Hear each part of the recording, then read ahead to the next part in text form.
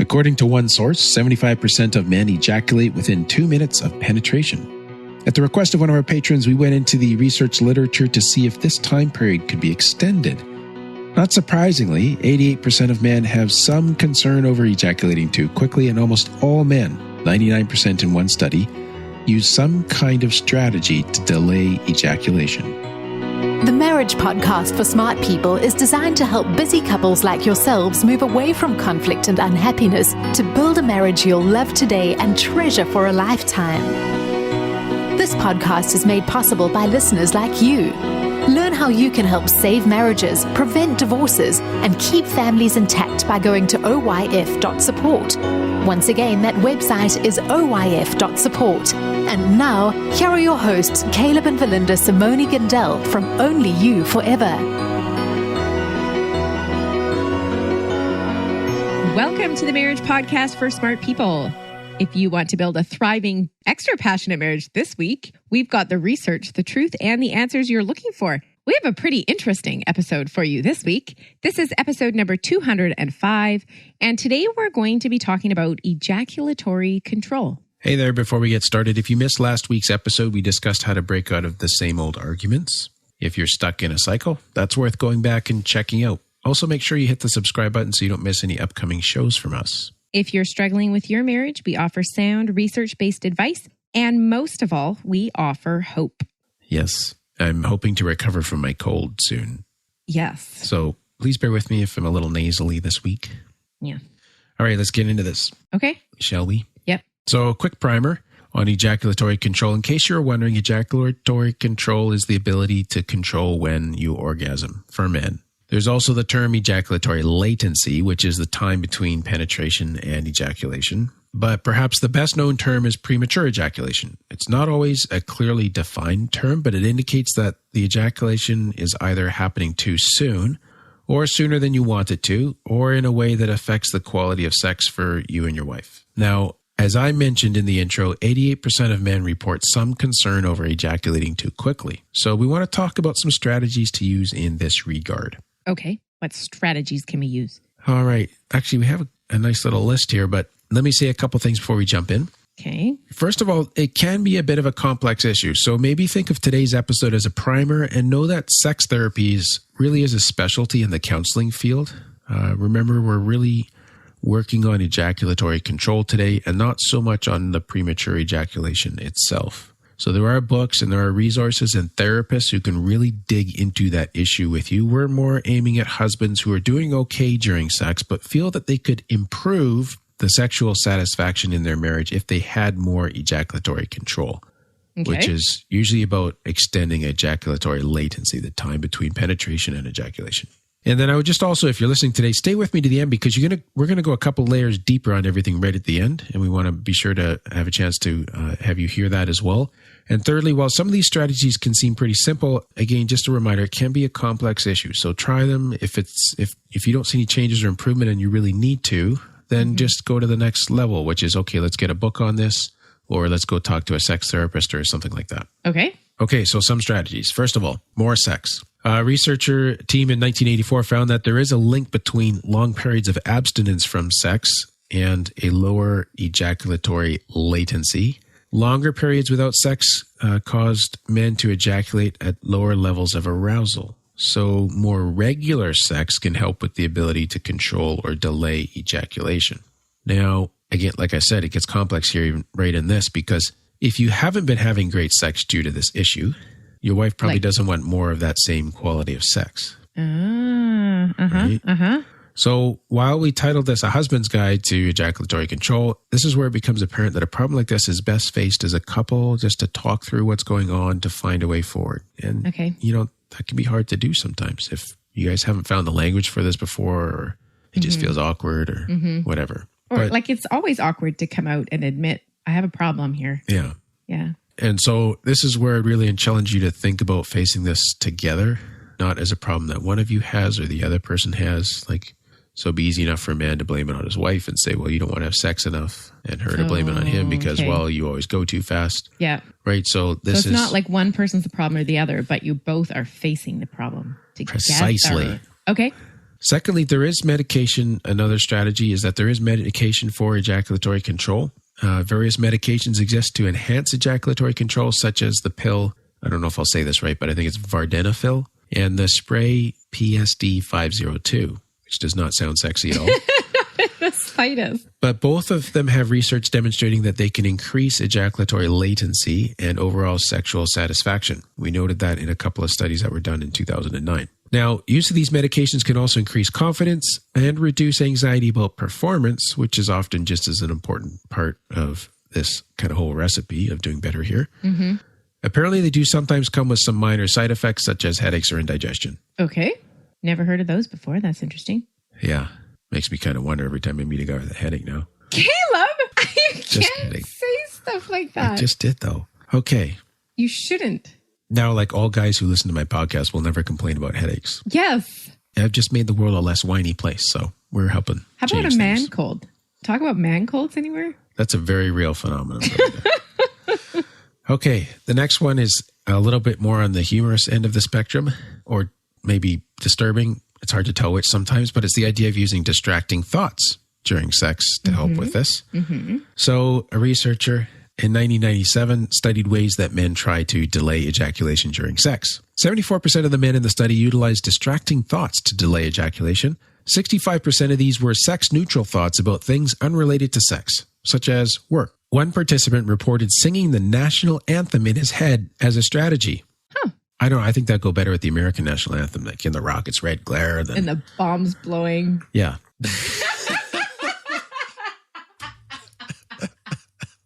Oh my goodness. We were trying to be so mature about this episode. Just lost it. Okay, let's keep going. Okay. 39% of participants used sex-negative thoughts, such as having sex with an unpleasant partner, or even thinking of one's mother, that's in quotes from one of the researchers, in order to reduce arousal, I'm glad to hear that, and delay ejaculation. Now, yeah, okay, let's comment on that later. Okay. Despite the fact that such a high percentage of men use the distracting thoughts strategy, research shows that it is not at all helpful. Grenier et al. In a study in 1997 found no link between ejaculatory latency and use of distracting thoughts. And okay, here's where the comment I wanted to come to. Moreover, these thoughts may actually make sex worse, since men who are distracted by these thoughts will probably enjoy sex less themselves and will be less able to focus on and meet their spouse's needs. Because they're not actually like engaged in the process. Exactly. It's just like a finish line to get over. You're disconnected during your most profound connection as a couple, or what could be, right? Mm-hmm. And I get it, because they're trying to do better. Yeah. Right? This is what we do as guys, is we're trying to do this, but it's not really helping, and it's also leading to disconnection. So we definitely want to give you some better ways to try to handle this. Okay. But also normalize the fact that, 3/4 of men are doing this. Right. So don't feel like you're the only guy and we're picking on you. Now, we get into this more in our bonus guide for today's episode. It speaks to wives, not to put pressure on you now, but just so that you know how you can help your husband. It also describes how to take this beyond mere technique, and it really kind of notes the emotional connection between you that can be developed during sex as a way to help with this issue. So you can get this bonus guide by becoming a patron of the Marriage Podcast for Smart People, and we'll just take a quick 60-second break here to tell you more about that. What happens when the fairy tale marriage meets reality? Too often, high expectations lead to disappointment, communication breaks down, and the struggles of day-to-day life become overwhelming, leaving you feeling lost and without hope. Unfortunately, marriage does not come with an instruction manual. Marriage troubles are deeply personal and can take a toll on you, your spouse, and your family. Counseling can be expensive, and divorce is very costly. It doesn't have to be this way. Caleb and Valinda understand your pain and frustration. Their mission is to help save as many marriages as possible, and to date, thousands of couples are helped through their weekly podcast. But the most important marriage they want to help save is yours. With a minimum of a $10 investment a month, you gain access to exclusive bonus content and valuable information to help you succeed in your own marriage. Learn more about saving marriages and how you can help at oyf.support.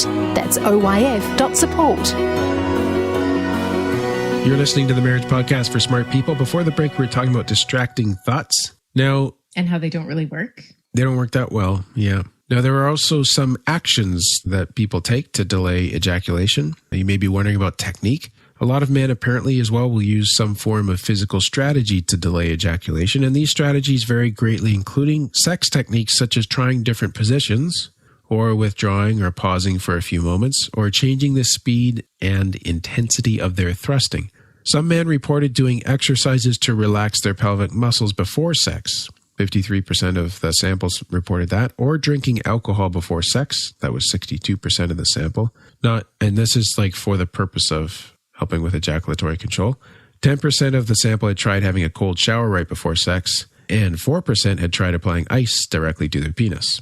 Oh my. Now, the same research study found that there was very little correlation between which strategies men thought were helpful and which ones actually helped. Okay. The physical strategies which actually helped the most were, number 1, withdrawing for a few moments during intercourse and then carrying on. Number 2, drinking small amounts of alcohol prior to sex. Number 3, experimenting with different positions. Number 4, using a condom. Number 5, thrusting in a circular motion. Interesting. But even within these strategies, there was high variance among which strategies helped, suggesting that it may be very much determined by personal circumstances. So it's finding something that works for you.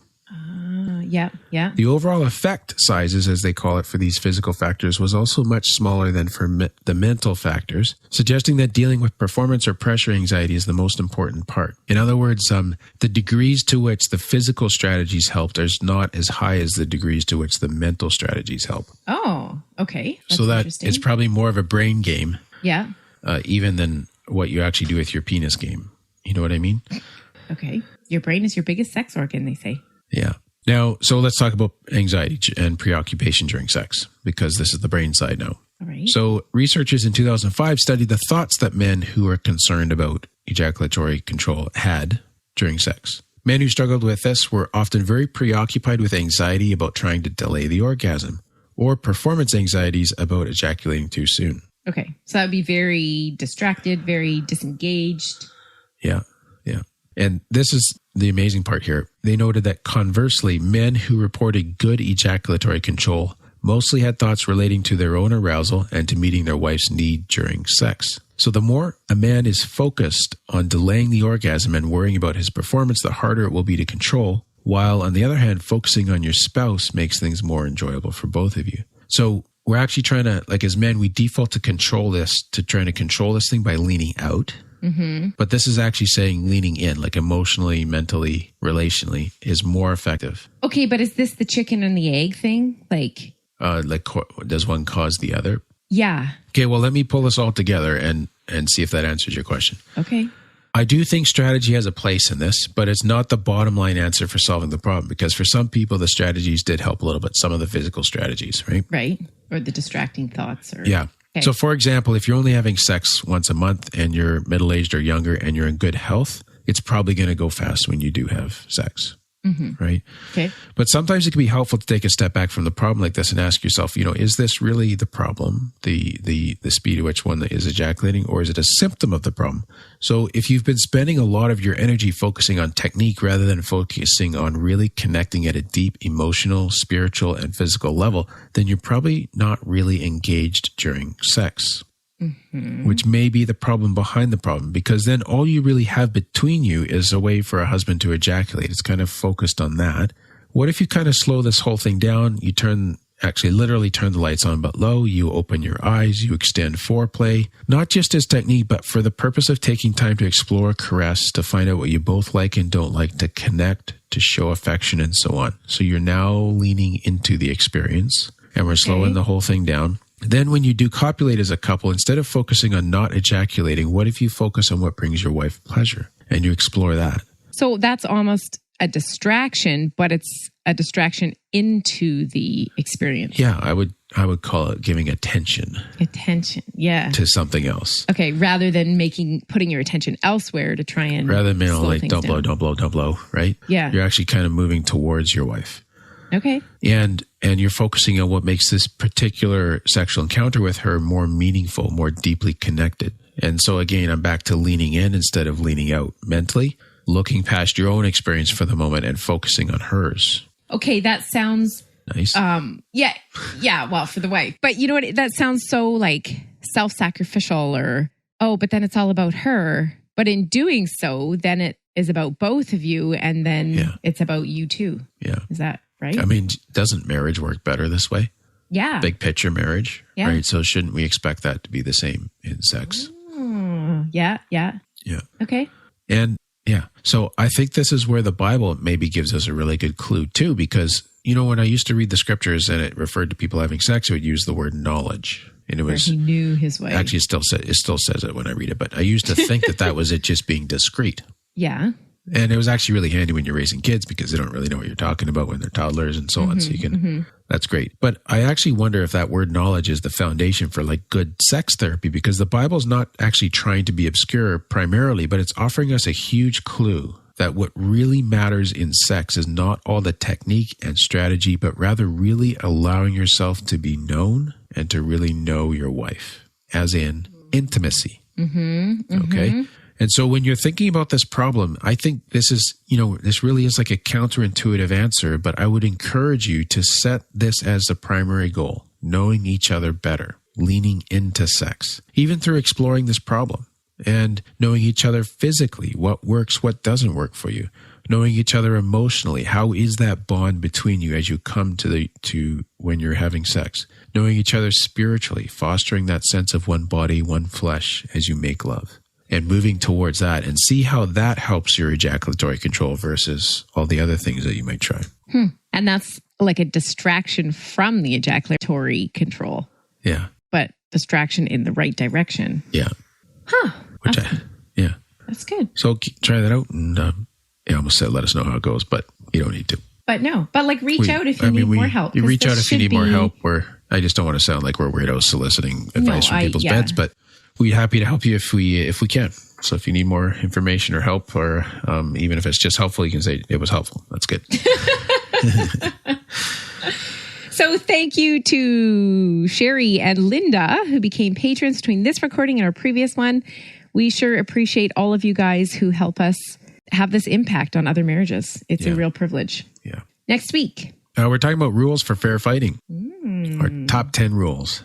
Top 10. Yeah, we didn't just pull them out of a hat. Like we found these studies that had tons and tons and tons of rules, hundreds, and then they boiled them down to some, and then we looked at the ones that were the most common out of all of those. Yeah. And I think it's a pretty sweet list. Effective, should be pretty helpful. Cool. That is all for today's episode. You can get the full show notes at oyf.link/205. Find out how you can help marriages. Go to oyf.support. Thanks, and we'll see you next week.